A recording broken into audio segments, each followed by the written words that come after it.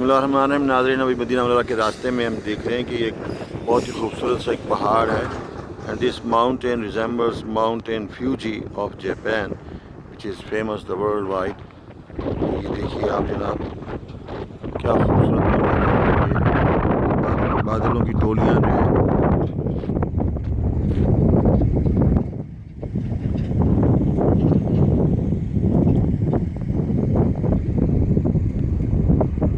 ये देखिए जनाब, ये एक और पहाड़ है, बिल्कुल जो है उसकी डीटो कॉपी है फ्यूजी माउंटेन की, जो कि इधर हमारा ये फ्यूजी माउंटेन जो है ये मदीना मुनव्वरा के रास्ते में है। क्या खूबसूरत पहाड़ है, बिल्कुल मखरूती शक्ल का है,